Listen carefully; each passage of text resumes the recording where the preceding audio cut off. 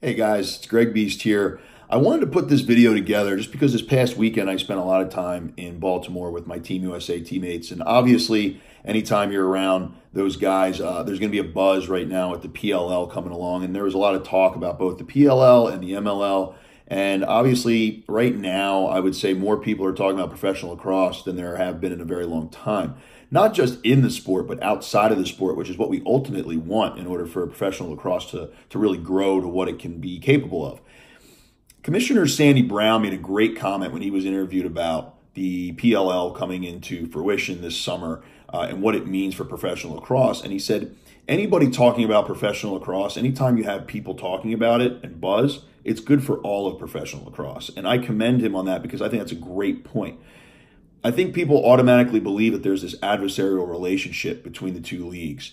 You have to choose one or the other, either as a fan or a player. And yeah, of course, as a player, you're going to have to sign a contract with one of these two leagues. But as fans, I think it's huge for everybody involved in the sport of lacrosse. When you really break it down, I was thinking about it on the way home, and I really want to make this video because I want people to understand from someone who's been in the MLL, someone who's friends with all these guys who are either starting or playing in the PLL. I've coached guys who probably almost 10 guys are going to be in the MLL this summer. Guys that I've coached in the FOA. So I wanted to give you kind of an insider perspective on how I think this is going to go because I think it's important to understand this. One, these two leagues are not competing for viewership. And what I mean by that is the MLL has made it very clear that they are interested in being a digital platform first league, which is very futuristic thinking. I think it's I think the LSN app and what LSN brings to the table is huge for the sport. You can watch every single game from both leagues all summer without even making any effort. One is going to be on a digital platform, mostly LSN, as well as on ESPN. The other is a TV-first league, which is going to be on NBC Sports and NBC. So you could easily watch one or the other and then watch the other one later on demand. So you could watch PLL on a Saturday night. You can DVR the game on Sunday. Then you can go back and you can watch the LSN app on demand and watch all the MLL games from the weekend. So if you're a lacrosse player and you're a fan of this sport, you're going to get to watch twice as many professional lacrosse games a weekend. That's awesome. You can spread it out throughout the week, especially in the summer when we're just crushed with baseball on TV. You're going to actually be able to watch more lacrosse than you've ever been able to watch, and it's all going to be professional lacrosse, which is huge. So I think that's something to be very excited about.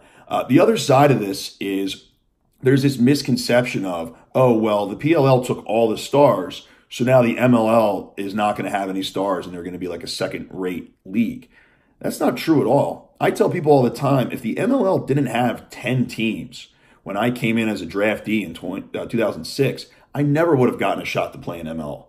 So guys that you don't even know of could end up being stars. So for instance, this time next year, we will have seen an MLL season played with brand new guys. There's going to be guys who are going to lead the league in points. There's going to be guys who are going to lead the league in face-off wins. There's going to be guys who lead the league in defensive takeaways, in ground balls, in saves. Maybe they're not names you know now, but you'll certainly know them a year from now. So you're going to see a rise of a whole group of new stars in the MLL league. The PLL is going to have the guys that you're used to hearing for the most part, but that doesn't mean that rookies can't come in both leagues and make a name for themselves. And it certainly doesn't mean that just because you don't know these names now, that they're not going to impress you during the summer of 2019. I don't like this idea of the leagues with two leagues, the talent's going to be watered down. You know how many incredible multiple-time All-Americans in college never even got a fair shake in the MLL because there weren't enough spots? You're going to have plenty of elite talent to fill both leagues up for sure. So I don't want people to think of it that way. This is not as adversarial as you think. I think both of these leagues will do fine this summer. I think they're both going to get plenty of press. People will be talking about professional lacrosse. The goal overall is for professional lacrosse to be the pinnacle of our sport. Just like in every other sport, a player's goal eventually is to try to play in that professional league. And I think lacrosse needs that as well.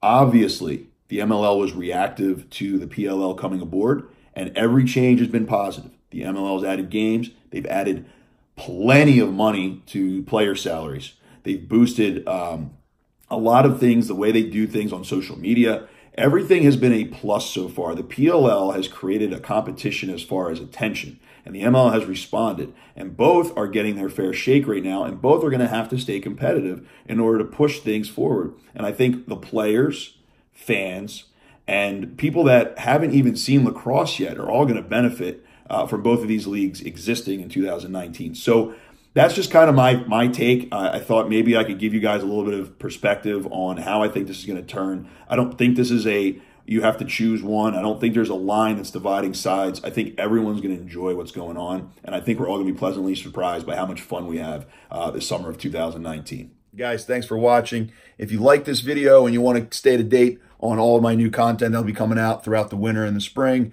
please hit the subscribe button, share this video, and then comment below on what you think I should be posting throughout the rest of the year.